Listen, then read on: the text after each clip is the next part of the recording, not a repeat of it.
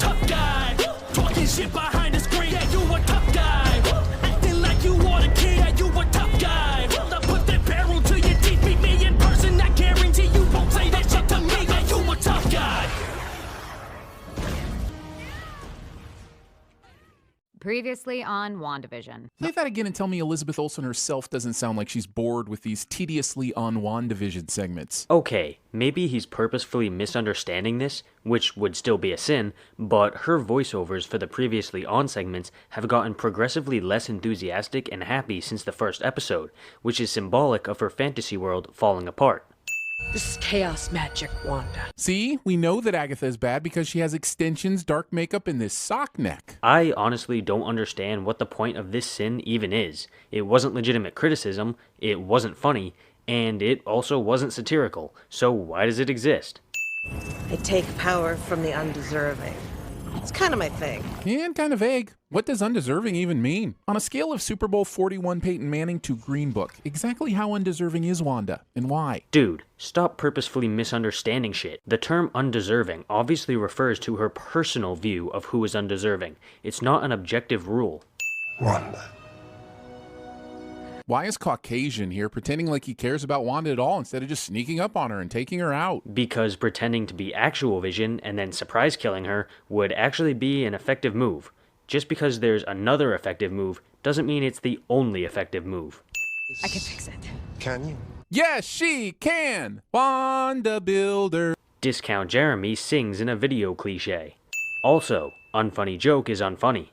It wouldn't be a Marvel property without same fighting same in the finale, complete with quick cuts in CG. And with Wanda and Agatha later, it happens twice. Here I thought this show might escape those tropes, but nope. Okay, look. The fights in this episode are not particularly my favorite thing, but there are a couple problems with this sin. First, the way you sin same versus same makes it sound as if you want two unevenly matched people to fight, which would be dumb, cause an uneven match would have an obvious outcome.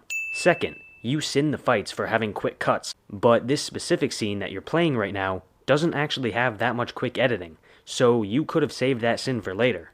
And third, seeing as this is a superhero show, I don't know why you want the resolution to be settled with a polite conversation and a handshake. You must be destroyed. And so we watch Vision have his forehead bling yanked out again.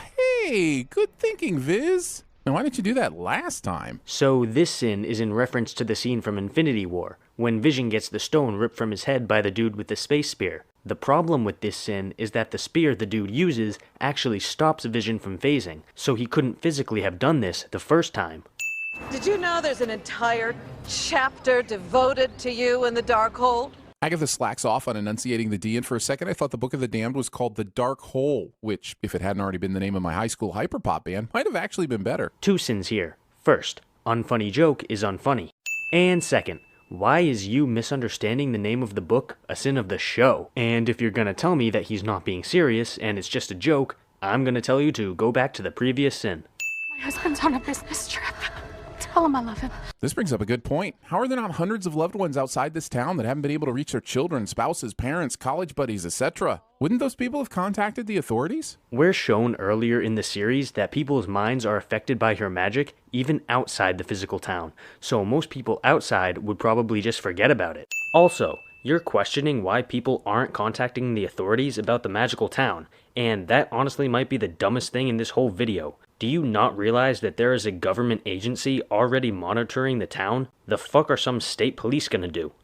Anyone else worried about Mr. Hart? He never shows up again after the first episode, and now I'm wondering if he tried to eat steak again when Vision wasn't around to do a metaphysical tracheotomy. A whole bunch of bullshit.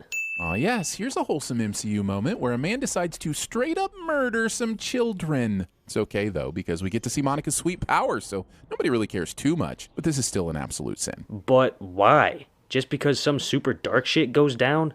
Really? What are you, like 5 years old?